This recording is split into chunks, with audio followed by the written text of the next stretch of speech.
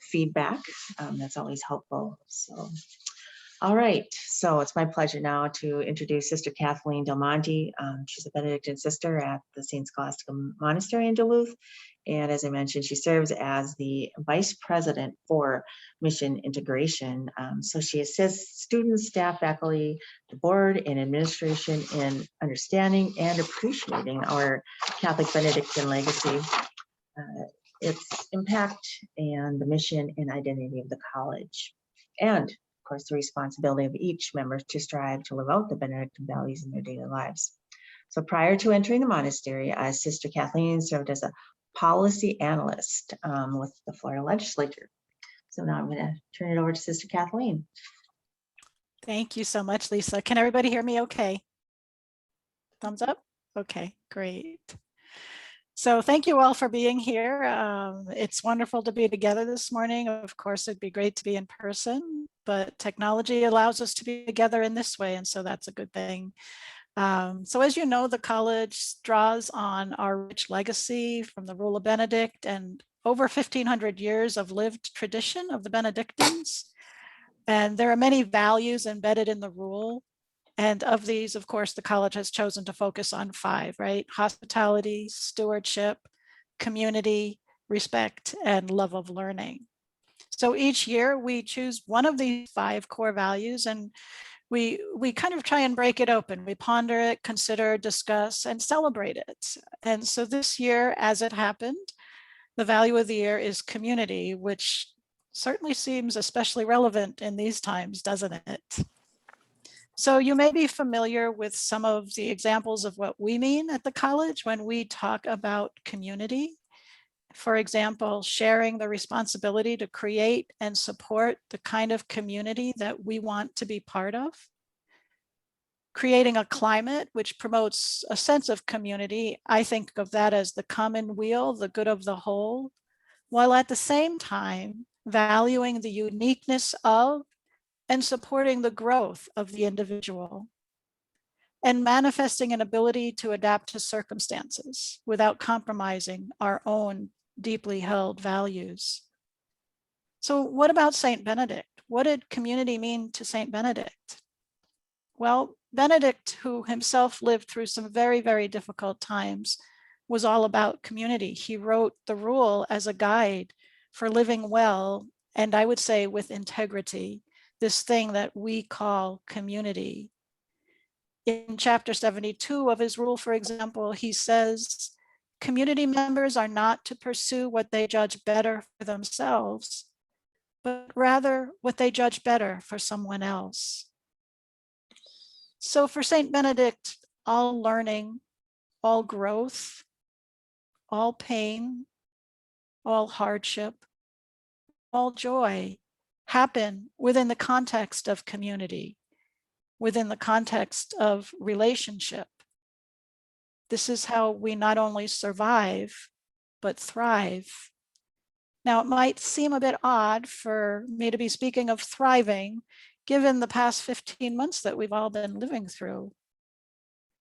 And yet, for some of us, we have experienced community in perhaps new and different ways. Maybe not necessarily how we would have had it if we had gotten to choose it, but maybe in a unique way or in a way we hadn't noticed or experienced before. And so I put it to you.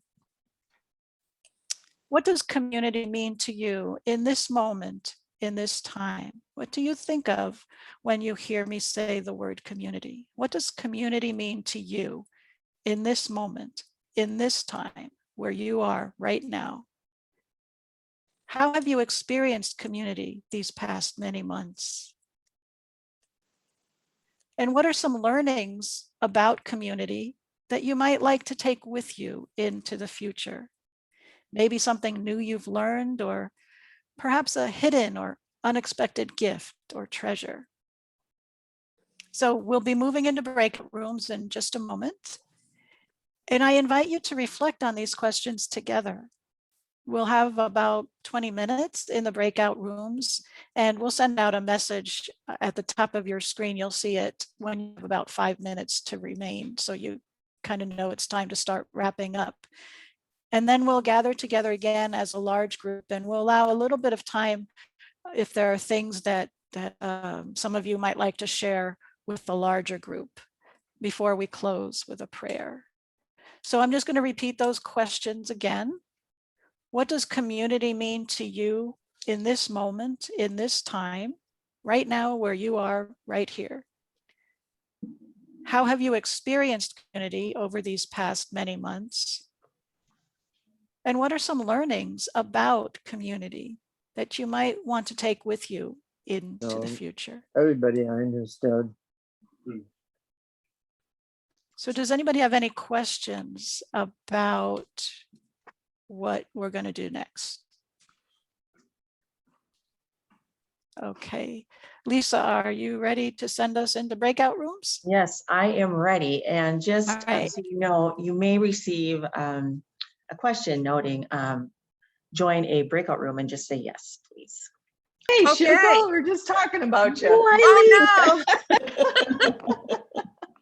Okay. All right, we are all back.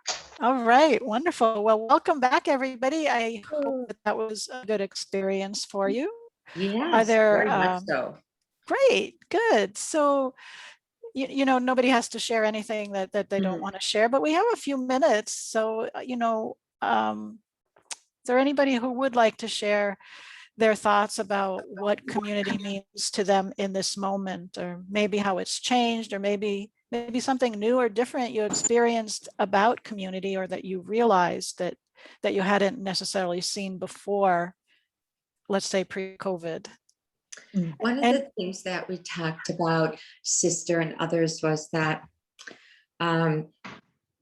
that what we hope for is now and in the future, we've realized that so many more people in the community can be part of the community, that we hope that the hybrid will become sustainable, so that the community, like for example, the community, whether it's you know, at church, or whether it's what we're doing currently today, that there's so many more people that can become part of a community if, you know, the community is in person, and then we use Zoom or another form of technology.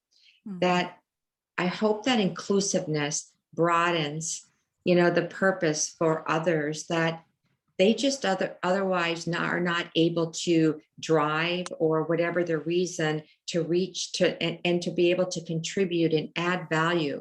And so we hope that the community broadens to become more inclusive, using not only in person, but also, you know, Zoom or another form of technology. Yeah. Thank you for that. Yes, I've experienced that myself. I've been able to attend workshops that there's no way I would have been able to attend prior.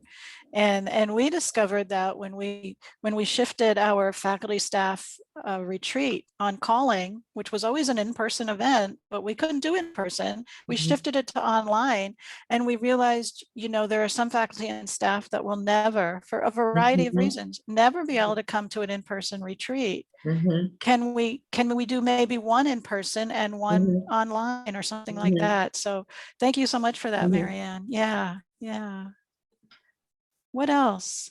Well, just the education of, as you say, bringing more people together. At my national meeting, we usually, in the cancer registry environment, would have 1,100 people, and now we reach out to 2,300. So just that whole environment of learning, and also building their personalities in that whole. So that was evident it's working in that regard. Yeah. Great. For our group, it was connection. That was people connecting with their families, and that's what has happened, and that's what we hope to continue to do. Stay connected. We don't want that to go away. Right. Yeah. Thank you. You know, as I reflect on the last 15 months for my ministry, you know, if you asked me a year and a half ago what my ministry was at the college, I would say it's primarily a ministry of presence. And when COVID happened and everything shifted to an online environment, I felt completely out of my element. I wasn't even asking the question, how can I do my ministry? Honestly, there were a few weeks I was asking the question to myself, can I do my ministry? And it took me a few months to come to realize, of course, I can be a presence. It's different. And I needed to learn to be much more intentional and to reach out in a variety of ways for a variety of people's needs. But I feel that it's no less of a presence. I don't feel I'm less of a presence to you right now in this moment, just because it's via electronic format. It's different for sure than if we were physically together in the same room. But the essence of my ministry is still that I try to be as present as I possibly can in the moment. And so that was a learning for me. So that was pretty profound for me to experience. Yeah. We talked about how it was, it gave us an opportunity to really be more introspective and to kind of evaluate our own lives and what we were doing. I'm more of a doer, and so to make me sit still and just contemplate was difficult. Mm-hmm. But it gave me an opportunity to do a lot of reading that I hadn't been able to do before, to just to think about things in a different way, I guess. And I just really felt like it was a time for all of us to really slow down and maybe experience some healing of some sort. Yeah. But with all that's going on in the world, we've got a lot of work to do there. Yeah. Thank you, Nancy.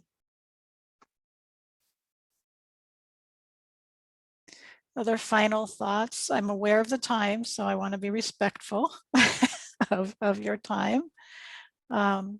If you have other thoughts, you can put them in the chat, and we will keep the chat. So that's another way to share. I'd like to close with a prayer. So in a spirit of community, may we learn to love one another more deeply so that we can create peaceful and just communities. May we use our creative energies to build the structures we need to overcome the obstacles of inequity and indifference. May we join our hearts, our hands, and our minds to be you for one another. And in all things, may you, O God, be glorified. Amen. Yeah. So thank you so much for your Thank you. presence and for being community for one another this morning. Thank you. Thank Thank you, Sister you. Kathleen. Thank you. Very much. All right. Thanks for attending. We'll see you later. So nice